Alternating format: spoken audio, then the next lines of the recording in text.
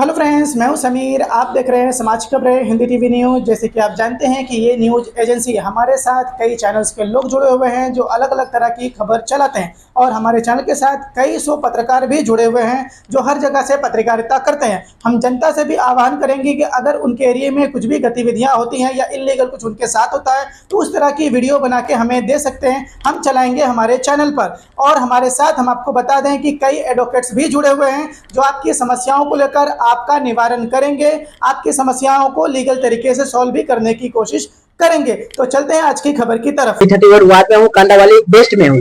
तो अभी आया हूँ और पूछते हैं इस बार बीएमसी चुनाव में आ रहे हैं कि नहीं, बीएमसी चुनाव में क्या मुद्दे को लेके आ रहे हैं और किस तरह से चुनाव की तैयारी चल रही है।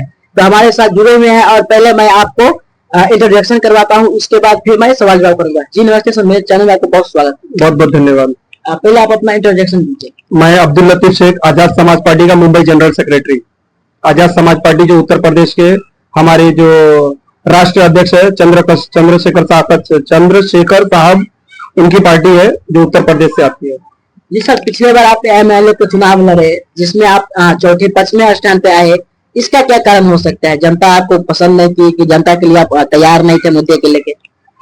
ऐसा है कि मैं जब फर्स्ट टाइम अभी इलेक्शन लड़ा 2024 में एमएलए का, तो उस वक्त मैं पूरी तरह तैयार नहीं था, मगर फिर भी मैंने लड़ा और मैंने इंडिपेंडेंट लड़ा। इंडिपेंडेंट में जो पहला पायदान होता है इंडिपेंडेंट के बीच में, उसमें पहले पायदान पे था और मैंने मेरी तरफ से कोशिश की। पब्लिक ने भी मुझे अच्छा सराहना दिया, ऐसा नहीं है, अच्छा सपोर्ट भी किया मुझे, अच्छा लोगों का रिस्पॉन्स भी मिला।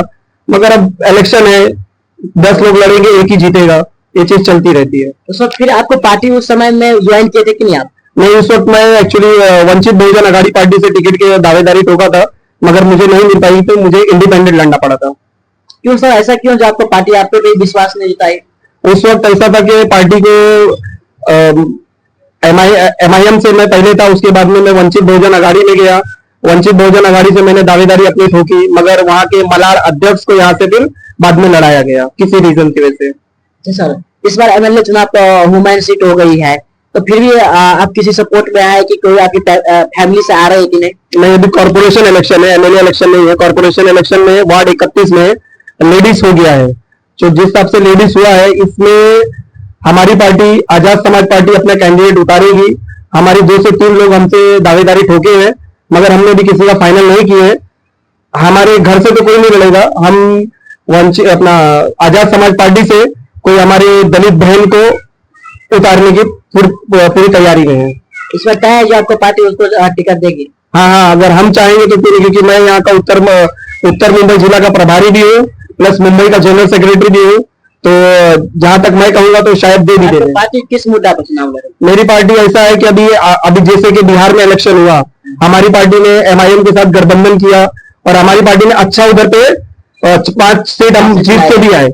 हमारी जो एमआईएम पार्टी और आजाद समाज पार्टी का गठबंधन था वहां पे, तो उसमें हमने 5 सीट जीते हैं। तो उसी तरह हमारा यहाँ भी प्लानिंग है कि शायद हमारा एमआईएम के साथ गठबंधन हो जाएगा।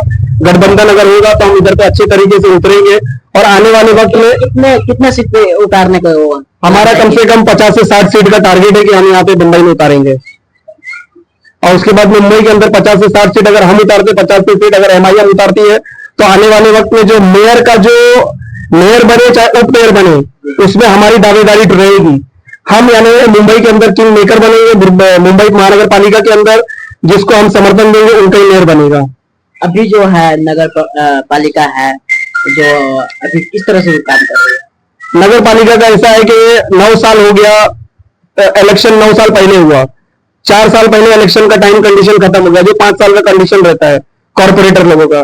कॉर्पोरेटर अपना एक्स कॉर्पोरेटर बन गए, उसके बाद जो बीएमसी अपने हिसाब से जो काम उनके समझ में आया वहां करी, बाकी बीएमसी का कोई खास काम नहीं हो पाया, सब जगह लोग परेशानी है। और जो गवर्नमेंट इधर पे बैठी है वो क्या हिसाब से इतना लेट काम करवा रही है, लेट इलेक्शन करा रही है।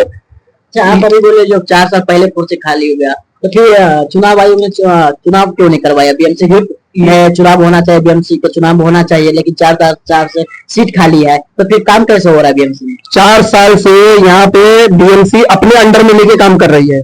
कुछ एमएलए का फंड होता है, कुछ एमपी का फंड होता है, उसी के थ्रू काम कर रही है जो 4 साल से यहाँ पे। और कॉर्पोरेशन में कैसा है कि यहाँ पे जो कॉर्पोरेशन चुनाव आयोग क्यों चुप बैठे उसमें? ये इसका सवाल तो आपको चुनाव आयोग से पूछना पड़ेगा कि भाई क्या रीजन था, आप किसके दबाव में आके इलेक्शन नहीं करवा रहे थे। ये तो चुनाव आयोग को इस बात का जवाब देना पड़ेगा। अच्छा, कल कुछ जो है अपडेट आने वाला था चुनाव आयोग की तरफ से उस हाँ अच्छा, जैसे 14 तारीख को रिजर्वेशन का था, रिजर्वेशन डेट डिक्लेयर हुई, 28 का पोलिंग का डेट, इलेक्शन का डेट डिक्लेयर होने वाला था, कब इलेक्शन होगा, कब आचार संहिता लगेगा, कब रिजल्ट आएगा, मगर कल किसी कारण इन लोग ने डिक्लेयर नहीं किया। अभी भी समझ में नहीं आ रहा कि चुनाव आयोग इलेक्शन करवाएगी भी कि और आगे खींचेगी।